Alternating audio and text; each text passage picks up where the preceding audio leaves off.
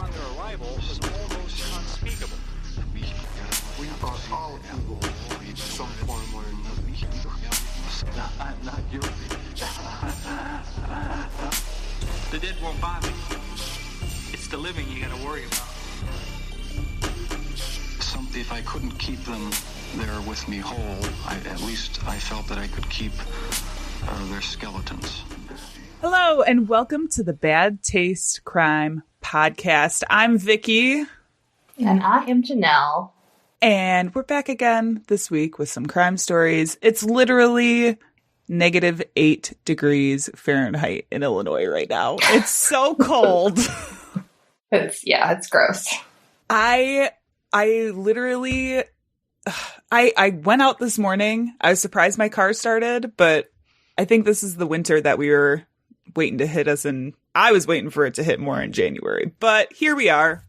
We're surviving like we do. Yeah, I mean, kind of. I got frostbite by the time. Oh, yeah. Janelle was telling me her frostbite story this morning. It's no big deal. I hope you don't lose deal. The tip of your finger. I mean, I won't be able to flip anyone off, so I guess positive. I mean, I don't know. Well, we have a great show for you today. If this is your first time listening, a special hello to you. We are going to head over to the newsroom.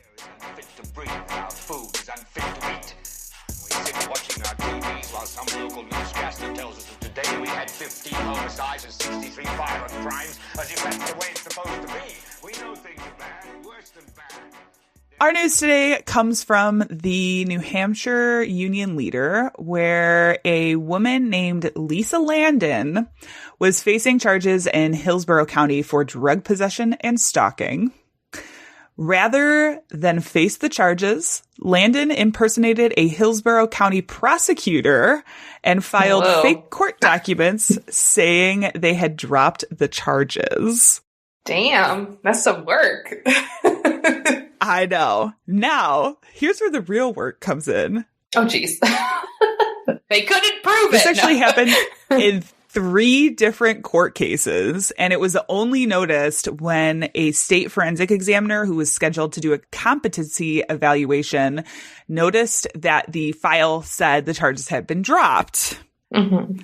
So now Landon has been charged with 6 counts of falsifying physical evidence, including claims she falsified a decision by retired Superior Court Judge Jillian Abramson to waive filing fees in a lawsuit that she had brought against Hillsborough County, along with an order she allegedly filed on behalf of a relative to halt guardianship proceedings that had to do with her own child.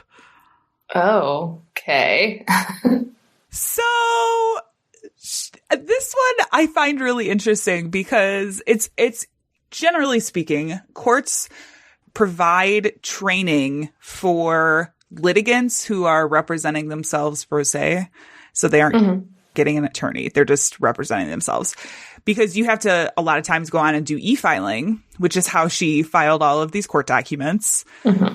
So you have to go on and do e-filing that the clerk looks at and files with the case and all that fun stuff. So it's not like super hard to,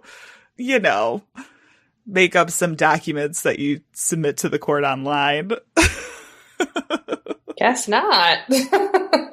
I guess she just was the first one to have the chutzpah to try, maybe? I don't know. So we are going to move on to Netflix and Kill, where this week we are talking about American Murder, The Family Next Door. Oh. It was released in September of last year. American Murder looks at the story of the Watts family murders that happened in 2018. So after reporting that his wife had disappeared and investigators started looking, Chris Watts eventually confessed to killing his pregnant wife, Shanann, along with their 2 daughters, 4-year-old Bella and 3-year-old Celeste. Mm-hmm. In November 2018, Watts pled guilty to multiple counts of first-degree murder and was sentenced to 5 life sentences without the possibility of parole, 3 served consecutively and 2 served concurrently. So the documentary itself is kind of interesting because due to the time period that it took place in, there's this extensive amount of surveillance camera footage and like the police body cams. There's also a lot of documentation on social media and emails and text messages and she was phone definitely records. like a Facebook mom. Yeah. And so all of this stuff is included in the film, and it's not, they don't really have like experts on to talk about the case or the people involved in the case. It's just a timeline of event that's put together with all of this footage and posting and messaging that creates the narrative of what happened, right? So it's kind of interesting in that way. I kind of like that because it's a little less, I don't know. I feel like sometimes when you have people in to talk about the story, they definitely color it with their own view. Yeah. You know? Yeah, it definitely made it a lot shorter, though. Yes, that's true. Because it's only like an hour and like 20 minutes, I think, something like that. Right. And we're so used to like 7,000 part series. Right. It is kind of nice to watch just a regular documentary every once in a while. That's just like a movie instead of like a 8-part series on, I don't know, whatever the hot topic is. Night Stalker. Night Stalker was only 4. I feel like 4 is the magic number, really, for a lot of these series. Yeah. Most everything could be done in 4 episodes. I mean, really, most everything could be done in like 1 if you are really good at crafting the story. Yeah. But, you know. True. Like this. So like to overshare. Yeah.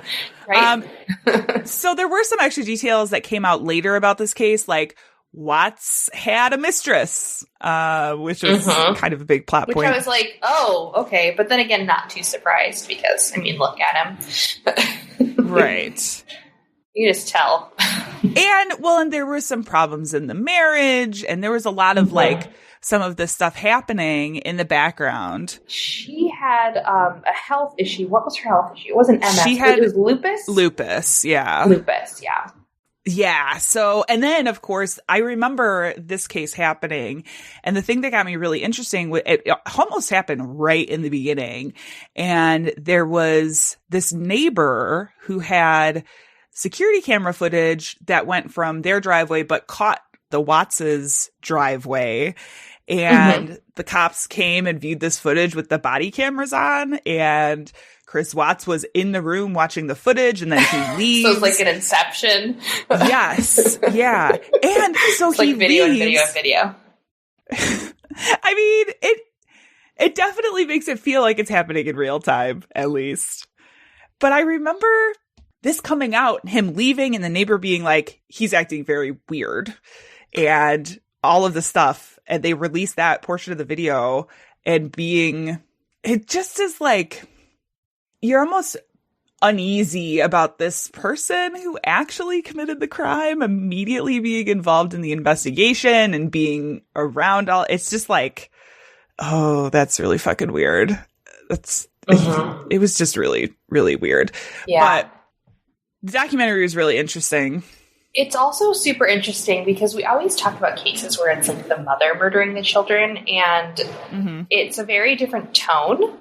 But then when a man like kills his entire family, like it's an annihilator, it's different. It's like some sort of financial whatever reason.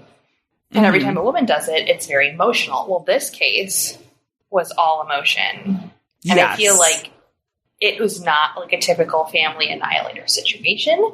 Yeah. And so I think that's why people were kind of like taken aback by it, because it's like he killed them for literally no reason. Like he had he wasn't trying to hide anything. Like it was just very different. Yeah.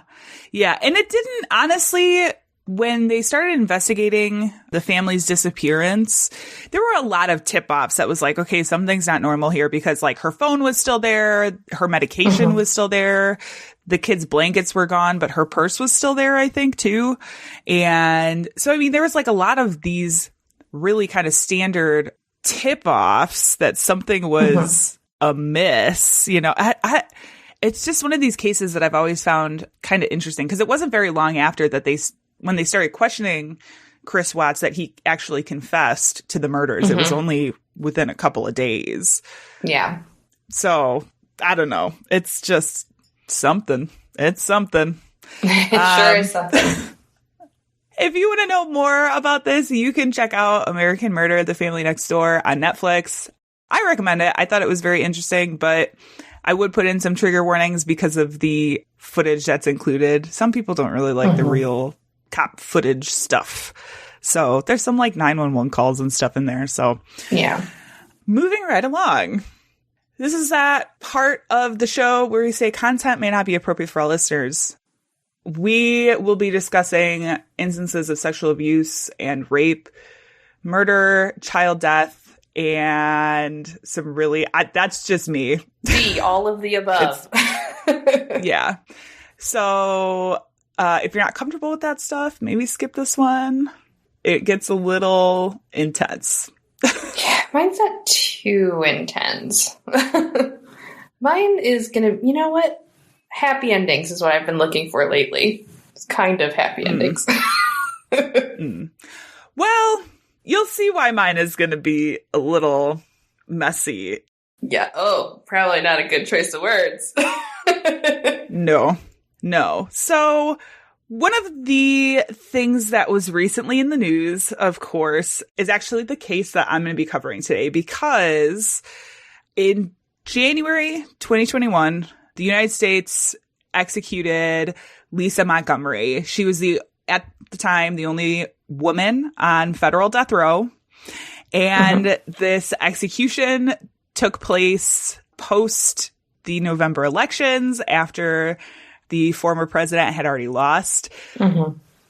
There is a lot of questions about this execution, but I don't know that a lot of people have really dug into this case as it should be, because it's definitely not as straightforward as it first seems.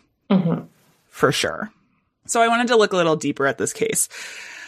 So Lisa Montgomery was born to Judy Shaughnessy and John Patterson in 1968. Now, Shaughnessy was 20 at the time of her birth, and she drank heavily during her pregnancy. Patterson was 25 and in the military at the time, but he also had another daughter from a previous relationship named Diane, who was 4 years old when Montgomery was born. And Diane has, especially right before and right after Montgomery's execution, has come out and done a lot of interviews about their childhood. So she's definitely been a window into kind of, messy, to say the least. Messy's the theme of this episode. Yes. It's the only word that I can use to describe it, because it's just like so disastrous. From the beginning, both girls had an incredibly abusive childhood. Diane, like I said, she did a lot of interviews. She did an interview with the HuffPost in which she described what it was like growing up with Shaughnessy and Patterson. Quote, Shaughnessy would beat Diane with whatever was in her hand, be it a belt or a broom, she said. She liked to take her finger and poke it hard into her chest over and over in the same spot. Diane goes on to say, quote, she had this ability to find what hurt you the most and use that against you. Shaughnessy knew that Diane was sensitive about abandonment due to her severed relationship with her birth mother, and so she would strip Diane naked and push her outside the front door, pretending she was kicked out. End quote. So not great. No. That's just the tip of the iceberg, though. So for Montgomery, the abuse actually started indirectly when she was lying in bed at 3 years old next to her older half-sister while she was raped by a male babysitter. Eventually, Shaughnessy and Patterson did split, and Diane was taken out of the home by Child Services, who placed her in a foster home. And from her recollection, from that point on, she was in a very loving home. I mean, it was definitely like, she credits it the thing that saved her life, really. Montgomery, on the other hand, remained with her mother, who later married a man named Jack Kleiner when Montgomery was in kindergarten. Now, Kleiner, again, was an incredibly abusive and violent man, often beating his wife and children regularly. At the age of 11, Kleiner began raping Montgomery once or twice a week. After the family had moved into a trailer deep in the woods of Oklahoma, Kleiner actually built a special room on the side of their trailer specifically for the sexual abuse and rape to take place in. Oh my God. In one instance, when Montgomery was resisting the abuse, Kleiner slammed her head against a concrete floor so hard that later MRI scans showed traumatic brain injury. This sounds like a perfect storm of making a murderer. Right. And honestly, when I was looking at this case, I really thought about the documentary we just talked about, Crazy Not Insane, where a lot of serial killers or violent people that end up in the criminal justice system, a lot of that is a result of childhood trauma of some sort. That's just a fact, So that definitely came to mind as I was doing the research into this. And I'm going to say straight up, that's about as deep into all of the abuse and violence and rape and everything that I'm going to go. She truly had a horrible childhood, but I don't really want to dwell on a lot of those details today because it's a lot. It was oftentimes by multiple men. It was oftentimes encouraged by her mother, but all of this adds up to what experts have compared to years and years of torture. A lot of them said they hadn't seen this kind of trauma since talking to Vietnam vets. Oh my God. That level of trauma. Yeah.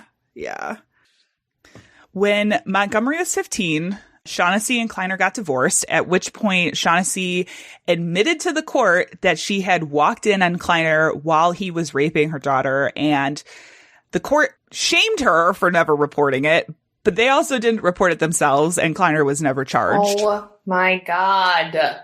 What state is this again? This would have been in Oklahoma. Okay. Typical Oklahoma. I was going to say, does that explain anything? Yes.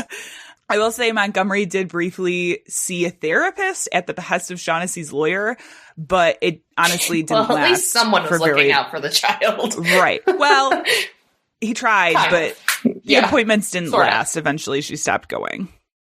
As she got older, the trauma that Montgomery had experienced in her childhood carried over into her adult life, kind of adding to this dysfunction. When she was 18, Montgomery married and had 4 kids in hopes to sort of break the cycle, escape the situation she was in. Unfortunately, it continued through that and her second marriage. She did later get a sterilization procedure, I think after her second marriage. Again, this is from the HuffPost article. Quote, her mental health declined rapidly after that. She got into multiple car accidents, struggled to keep a job, moved around constantly, drank heavily, engaged in sex work, and neglected her children. She was often spaced out, appearing disconnected from reality. Mm-hmm. They also describe instances of delusional thinking, and she had told people at least 5 times after she had been sterilized that she was pregnant. Okay. Hysterical pregnancy? We will talk about it.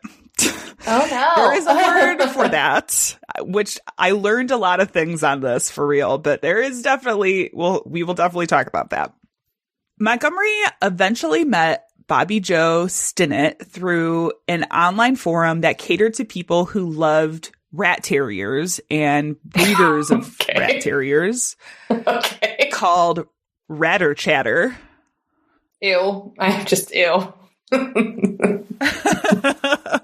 Stinnett was at this point in time 8 months pregnant. And after communicating over a series of weeks, the two sort of bonded after Montgomery revealed that she was also expecting.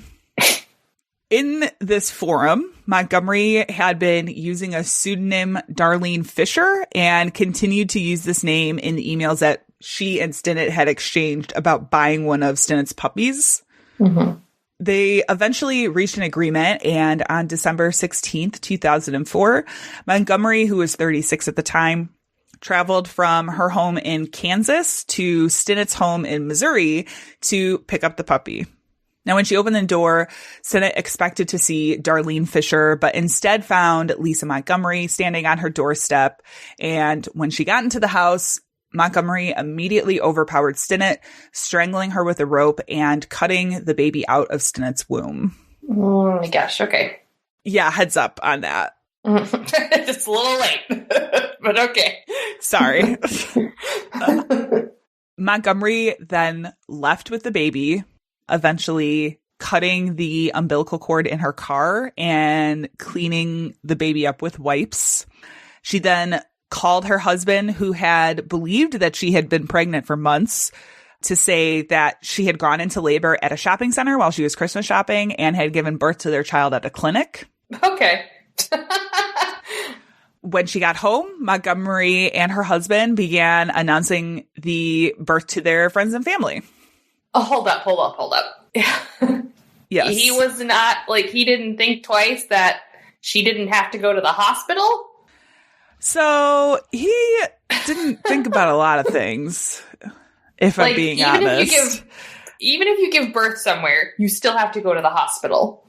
They still take you to the hospital. Right. Someone calls an ambulance. So he didn't question her being pregnant after the sterilization procedure. I think I had read that he had asked about it maybe once, and she basically said, nah, I'm pregnant. And he was like, all right, if you say so. But he also did not question the clinic thing. And they started making announcements to everybody when she got back.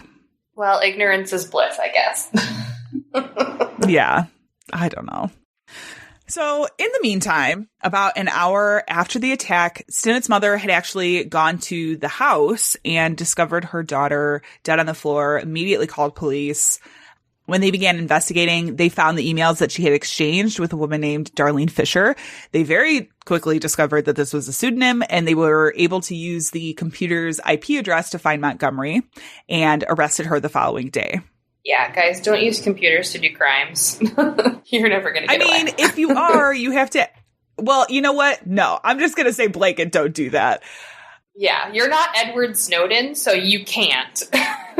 Right. Even Edward Snowden is in hiding. Didn't get away. Yeah, exactly. Computers will automatically make you guilty. For real. In addition to using computer forensics, police issued the first ever Amber Alert for an unborn child. They actually had some a couple of hurdles to get this out because they didn't have a description of the child because at the time that it was kidnapped.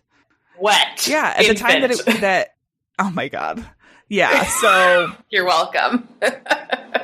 After a few hurdles, they were able to get this Amber Alert out, and they do credit the Amber Alert a little bit for finding Montgomery and the child. So once they found Montgomery, who was cradling the child, watching the TV with the Amber Alert on the bottom of the TV at the time when they showed up to the house, they removed the child, who was alive, and returned her to her biological father. I will say this right now. She survived. She, I believe, turned 16 last year and is living with her biological father. So I just want to put that out there. Montgomery later confessed to the killing, although at trial she would plead not guilty. She was charged with the federal offense of kidnapping resulting in death with a potential sentence of life imprisonment or the death penalty. So her defense attorney was a man named Frederick Duchart. That's an unfortunate name. He's an interesting dude in his own right because he is the single American attorney who has had more clients sentenced to death in federal court than any other defense attorney in the United States. Okay, well, maybe not hire that person or be like, yeah, I need someone new. As a defense attorney, he was assigned to the case. So yeah, I'd be like, I need a more competent lawyer, please. Yeah, he's got a terrible, terrible track record. I actually would love to do another attorney episode and look into this guy because he is also like, he's another one that I'm like, the chutzpah on this guy, because in the appeal for this case, he wrote this like 100-page brief basically being like, I wasn't a bad lawyer. And these claims are ridiculous. And yeah, he seems like a very interesting fellow. So as I said, he was assigned to the case in April of 2006, and he really didn't devote the necessary time to the case that he needed to. He had two working theories of the case as it went to trial. First, that it was actually Montgomery's brother who had given the child to her, but that was like pretty quickly stamped out because he had an alibi that came to light like shortly before trial. The other was that while they admit that Montgomery was the killer, that she had also been suffering something called pseudocysis or phantom pregnancy. Wow.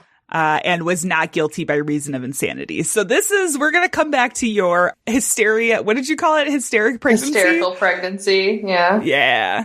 Okay. So according to the Statistical Manual of Mental Disorders, pseudocysis is a false belief of being pregnant that is associated with objective signs of pregnancy, which may include abdominal enlargement, reduced menstrual flow, amenorrhea, subjective sensation of fetal movement, nausea, breast engorgement, and secretions, and labor pains at the expected date of delivery. Ew. So I don't think this is a very common thing. No. I also wonder when the last time they actually like looked at that specific definition to be like, is this a thing that really happens? Because they occasionally go over this stuff, right? I have heard it happening. Yeah, they should. I think they're supposed to review things annually or semi-annually for the manual. But I have heard this happening in instances of women who have had traumatic miscarriages or women who have lost their child really, really young. You know, like an infant death. So I've heard this happening before, but in this case, it seems more like an alibi and not necessarily something that actually happened. Right. Well, according to the court, this theory had no scientific basis and was not allowed to be included when the case went to trial. Mm-hmm. So basically, the two working theories he had when they went to trial were tossed out the window. And because he's such a competent lawyer, it was, you know. I know. Montgomery was ultimately found guilty and sentenced to death. Upon investigation by her appeals team, it was discovered that Montgomery had suffered extensive psychological, physical, and sexual abuse as a child that left her with florid psychosis, which is the acute phase of schizophrenia, bipolar disorder, and post-traumatic stress disorder, along with permanent brain damage from getting her head bashed on the cement. Although she attempted appealing on every level she could, the courts affirmed Montgomery's death sentence. So since 2008, Montgomery has been sitting on the federal death row, awaiting her executions through various stays and appeals. That is, until a certain president came to power. Oh, goody. He who shall remain unnamed. Oh my God, banished from the land. Although no federal executions had taken place since George W. Bush's administration in 2003. Trump began the string of 13 executions in July of 2020, including 5 after he lost the election in November, one of which was the only woman on federal death row, Lisa Montgomery. She was the first federal execution of a woman in about 70 years, and I think it's safe to say one of the more controversial.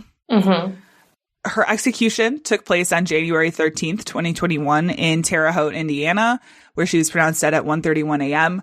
Those directly impacted by her crime have absolutely held that she deserves to die for her crimes.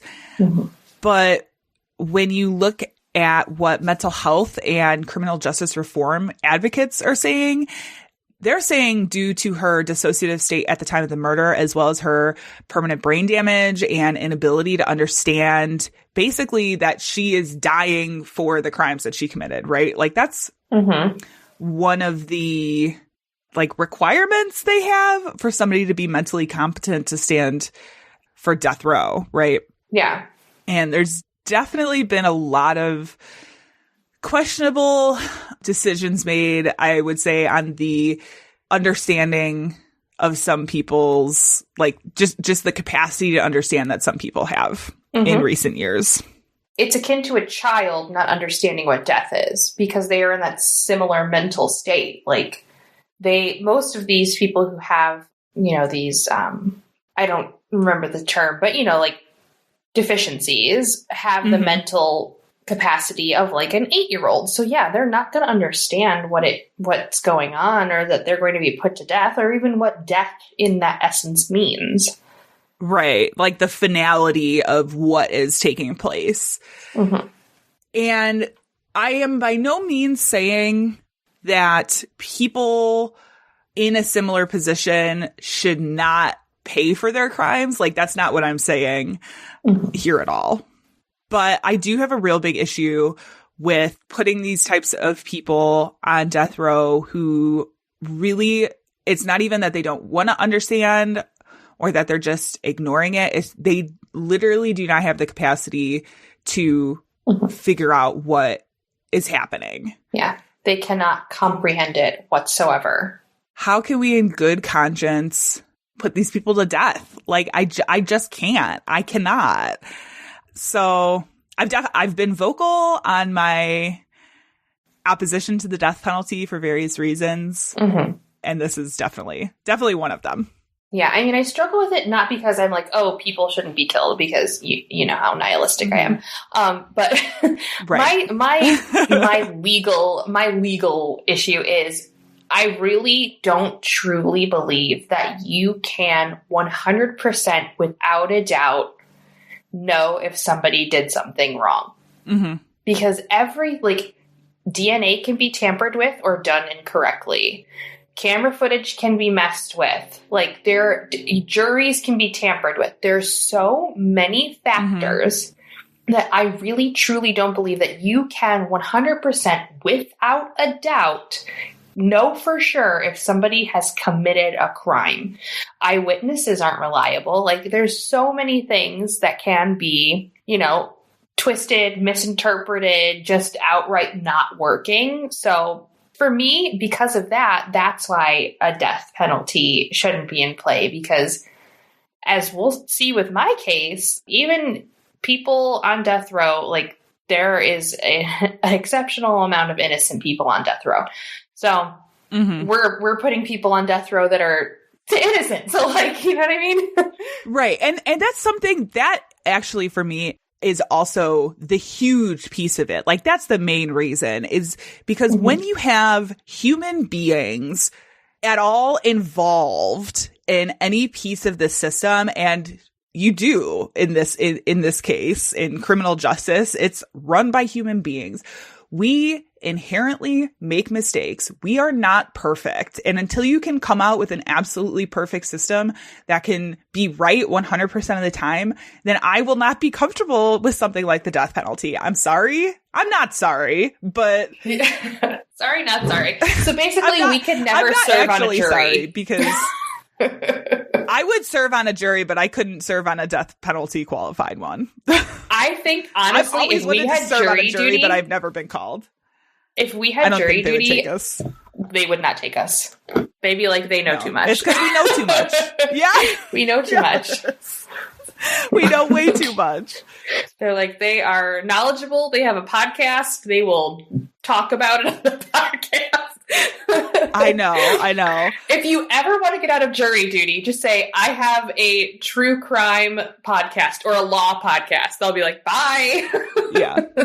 Yeah. Well, pretty soon I'll be able to be like, I have a true crime podcast and I'm a paralegal. Like, so sorry. Yeah. So anyway, this doesn't happen very often, but sometimes I get up on my soapbox, and that was one of those times, first of all. See, we need to get ourselves tiny soapboxes so that we can pull it out when we're ready to have our soapbox moment. I know. Somebody it doesn't get on happen that. for me very often. But this is one of these things that I do feel really passionate about. We've talked about on the show before. Like, just, it's like one of these, like, so obvious things. It's just like a logic thing, you know?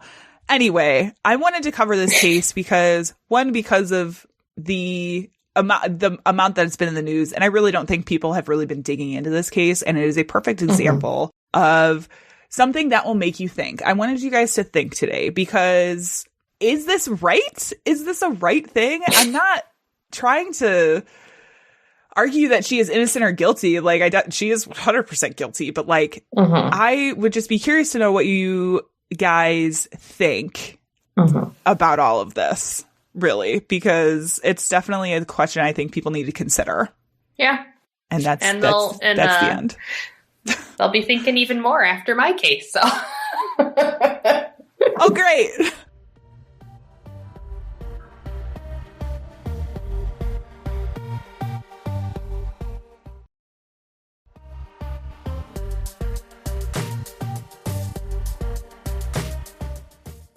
So when Vicky was like, we're going to talk about women on death row, I was like, cool. How can I make this positive? Because my kick lately is let's try to find things with happy endings. I'm so glad one of us is doing that. Right? I need some light fluff in my life. It's not me. Yeah. So I'm like, think about things, damn it. Exactly. I've been thinking about things way too much. Working in education, being in grad school, and working at a library, nonprofit work, like, I am constantly being inundated with having to think about things. So I need a moment not to. So I decided to look up a case where I wanted to see how many women on death row have been exonerated. Okay. And the answer is 1. One? One woman. One whole woman. One woman. One. That's it. That I am actually kind of surprised. Did you say on federal death row or on everything? It didn't specify, but I think it was federal because it went all the way to like the Mississippi Supreme Court. So. Okay. Anywho, so this is the case of Sabrina Butler. So Sabrina Butler was a young woman from Mississippi, and she came, as we'll hear from many stories, from a broken home with a mother who also had a drinking problem. So lots of parallels already. Yeah. They were very, very poor. And by age 15, Sabrina was married and pregnant with her first son, Danny. Dang. By 17, she had had her second child, Walter, and was filing for divorce from her husband. Okay. Yikes. Yeah, it's like, ugh. Could you even imagine being married as a teenager? Ew. That is too much. All the emotions. Yeah. I know. So on April 12th, 1989, Sabrina Butler had returned home from jogging. She went into the kitchen and retrieved a bottle from the kitchen and went into her son Walter's room to feed him. Upon entering, she noticed that he was not breathing. She attempted to give him CPR and had noticed that he was making some kind of gurgling noises. So she rushed Walter to the hospital where 9 hours later the infant would die. Upon examination, the doctors noted that the child had slight bruising on his rib cage, and so the police were called. That very day, Sabrina Butler was arrested for murder and child abuse in the death of her son Walter. Okay. So, yeah, just jumping straight up to the conclusions, which I've covered a lot of child abuse cases, which I know I'm not comfortable saying that out loud, but I have never seen a adult get arrested so quickly for child abuse. Probably because she was black. But, weird how that works out, but, right? You know. Weird how that works we'll talk out. About that. Huh. So Sabrina was arrested and thrown into an interrogation immediately. And during that interrogation, detectives attempted to get her to confess to killing her child. This is a quote from a newspaper article. "I was alone with no lawyer or parent with me. I told him I tried to save my baby, and he wrote down what I said and then threw it in the garbage. He yelled at me for 3 hours. No matter what I said, he screamed over and over that I had killed my baby. I was terrified. I was put in jail and not allowed to attend Walter's funeral." So right off the bat, That's fucked they're up. That's really coming fucked at up. her with the very typical interrogation techniques where they just scream in your face, good cop, bad cop.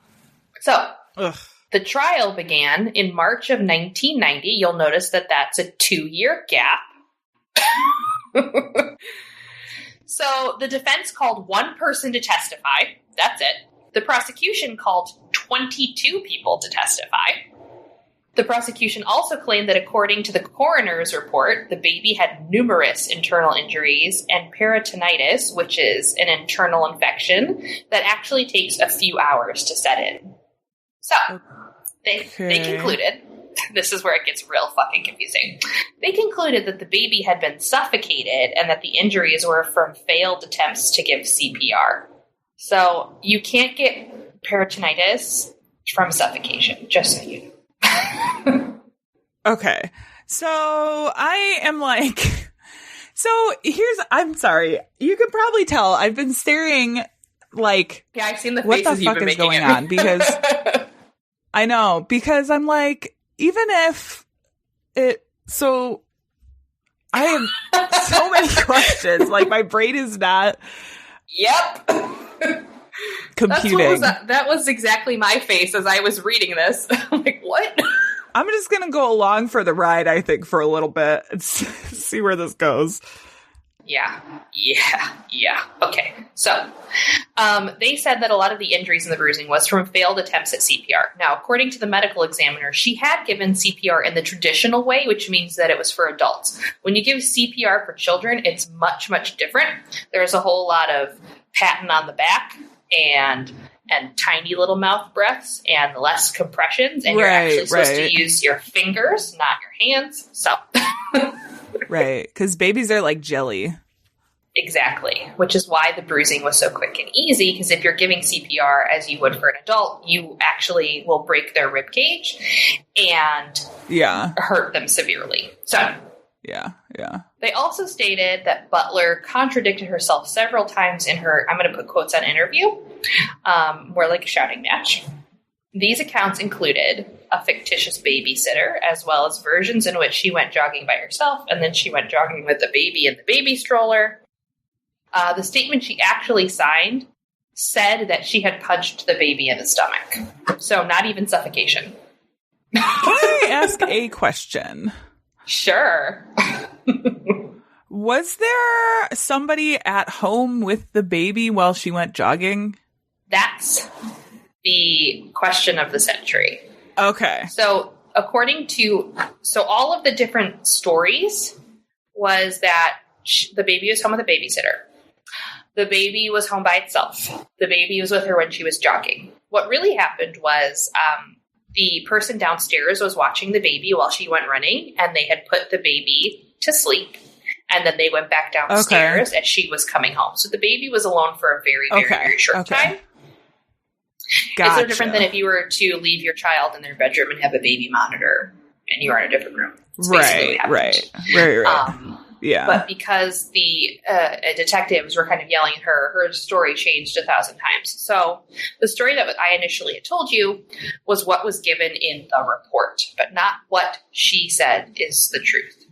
According to the defense, the police coerced her into a confession. So we're going to kind of talk about that a little bit. It wasn't as much a coercion as they wrote it up for her and she signed it. So she really didn't know what was in it. Yeah. And how old was she at this time? She was 17.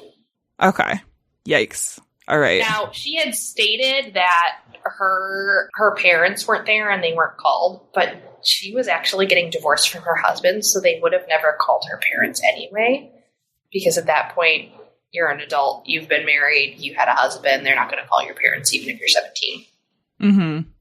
So she said, I was a teenager who less than 24 hours before had lost my precious baby boy. Ambitious men questioned, demoralized, and intimidated me.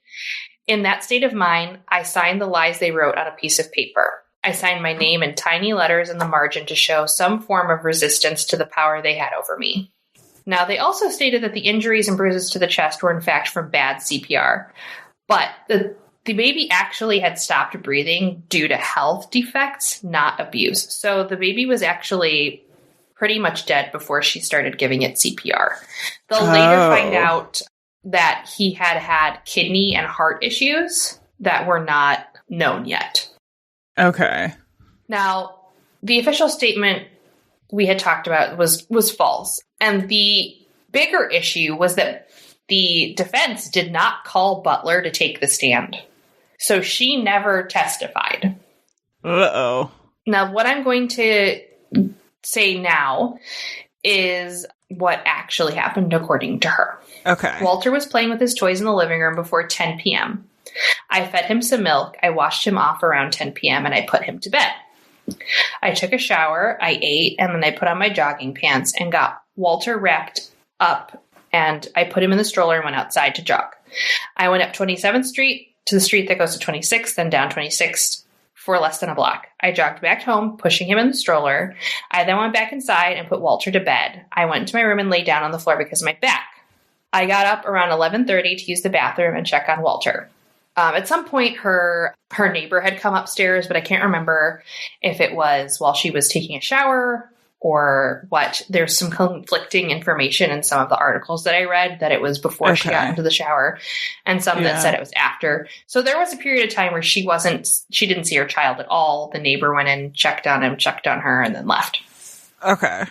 When I went into his room, he was lying on his stomach, and I moved the cover and put a bottle in his mouth, and I saw that he wasn't breathing. I started to press on his stomach and blow into his mouth, trying to get him to breathe. I ran out of my apartment to Brenda Jackson's apartment, which was the person who had come in earlier, and asked her to take me to the hospital, but she said her kids were in bed and that she couldn't take me. I knocked on another apartment door, but no one answered. Then a girl came out of her apartment, and I told her that my baby wasn't breathing, and she grabbed him and took him into Erica's apartment and laid him on the floor. She was pushing on his chest and blowing in his mouth, and she got some people to take us to the hospital. We went to CHI, where Dr. Woodard in the emergency room saw Walter. I talked to a nurse, and she had me fill out some papers.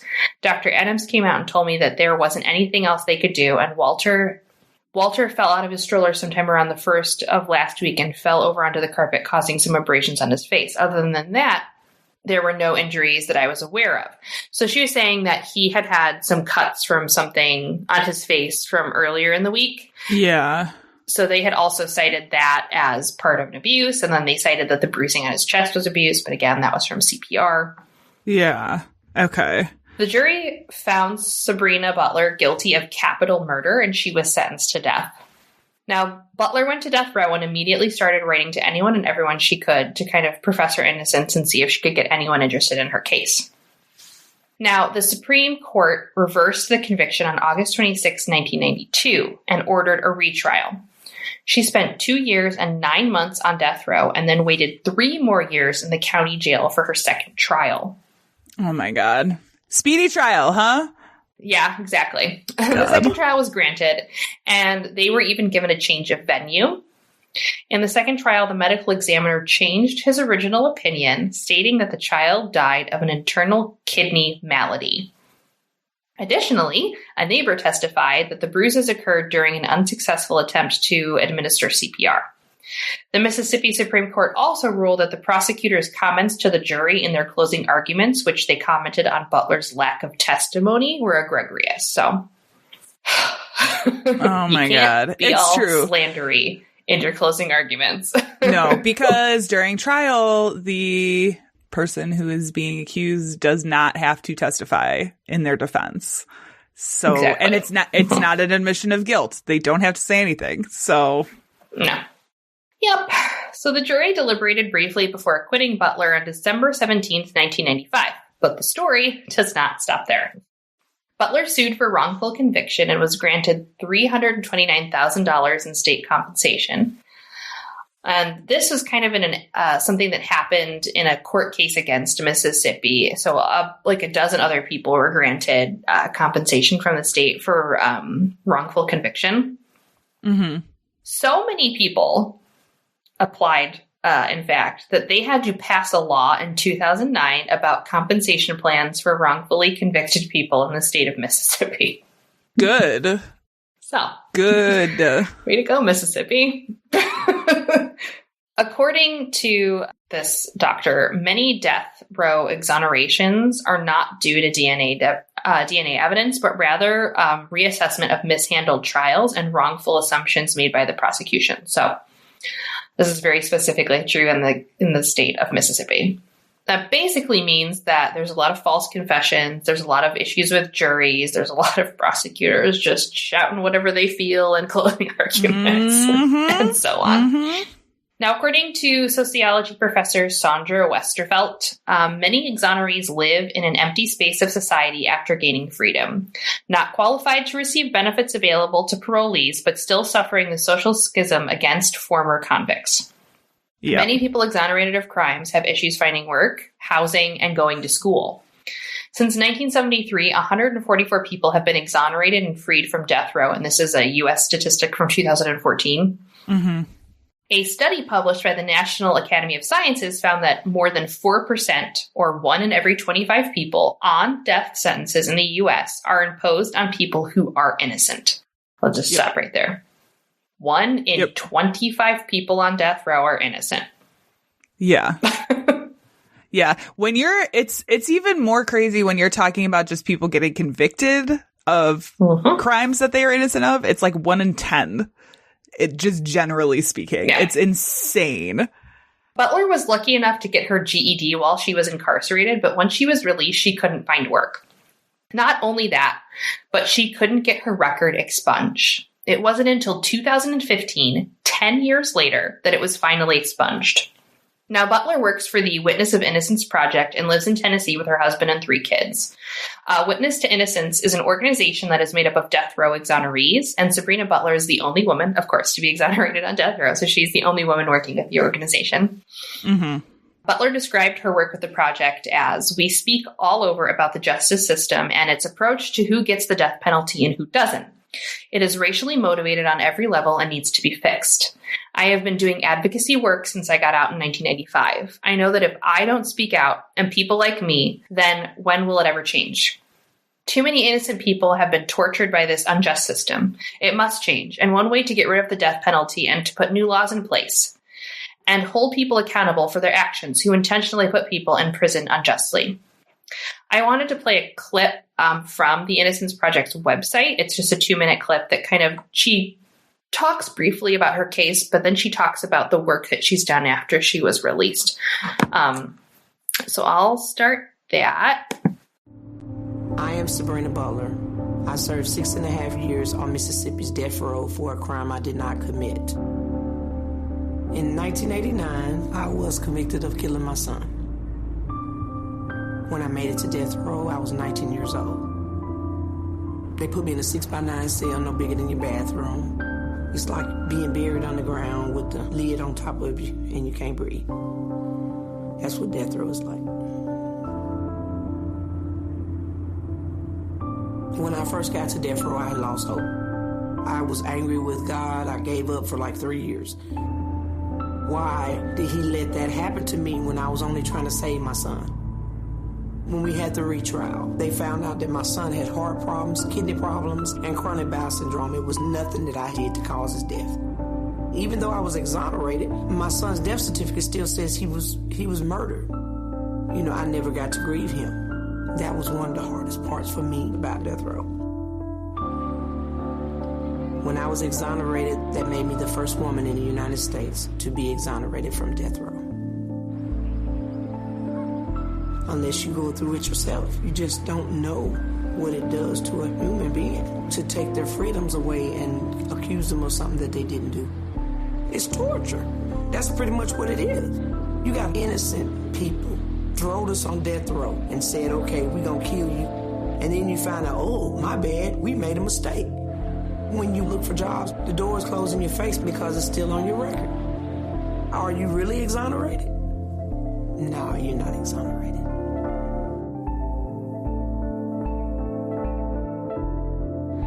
How can you heal? You can't. And I think I struggle with that. I mean, I don't think that's going to go away. So that was her little, on the website, they have everyone who works there, they have a little video that kind of talks about their case and how they felt and why they decided to kind of be a part of this. Okay. So if you want to donate or see how you can help, you can visit witness-to-innocence.org. And they have some advocacy and some other things that you can do that are not monetary donations, or you can give a monetary donation. They do have local chapters in other states, and they work on the state level and federal level to help people who have been exonerated from death row, also to help kind of people get money or new lawyers to be retried and to prove their innocence so that they can get off of death row. So yeah, that is the case of Sabrina Butler, and how fucked our yeah. Oh my God, no kidding. is. No kidding. So we've given you guys a lot to think about, I think, on this episode. But if you need to give your brain a break from all that thinking, why don't you check out this podcast? Ever wish you had sisters? Come be our four sisters, we discuss childhood, adulthood, sisterhood, All the hoods of life. and the painfully hilarious moments that make them. Our way of coping is a lot more fun than therapy. We promise. Wait, you guys, we didn't even say the name of the podcast. Listen to Damn Girl on iTunes. All right, Janelle, that has been our episode. Sure has. It's a fun journey, I guess. Yeah. If you like this episode and you want to hear more like this, you can go to badtastepodcast.com, where we have all of our episodes posted, along with links to our donate page and our merch page. It's all there. You can just On our pagey page. a few clicks away. Mm-hmm. We have a live stream coming up. I'm trying to think when this is coming out and when the live stream is. So This is before the live stream. okay. So What date did we tune decide? in March 7th at 7 p.m. on our YouTube channel On our for YouTube channel. our anniversary live stream episode. Yeah, we haven't done a quarantine stream in a long time. Janelle and I are both still remotely recording. Yes. So we want to do it because we haven't in a while. We stopped because there was definitely like a confluence of things happening and Yeah. the stars were not aligned grad for that school moment. and grad school and grad school. Yeah. So that'll be fun. You can join us. You Yeah. can see us. We'll be, I'm sure, playing some games and talking about some Oh, we crime will. stuff.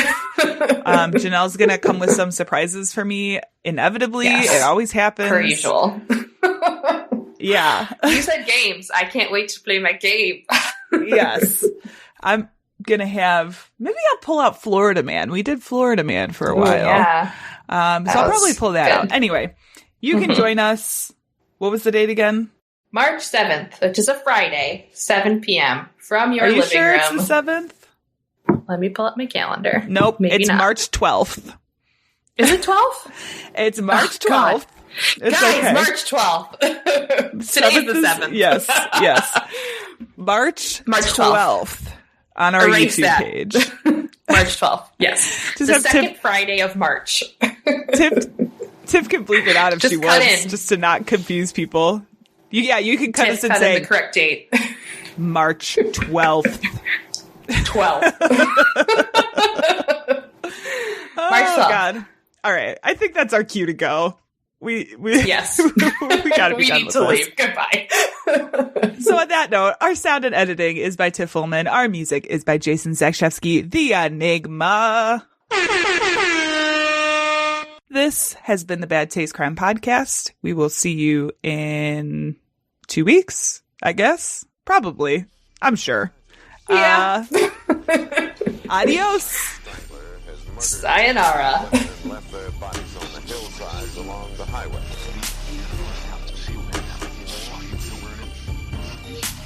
It was as if a wave of evil washed over this town. We are all people in some form or another.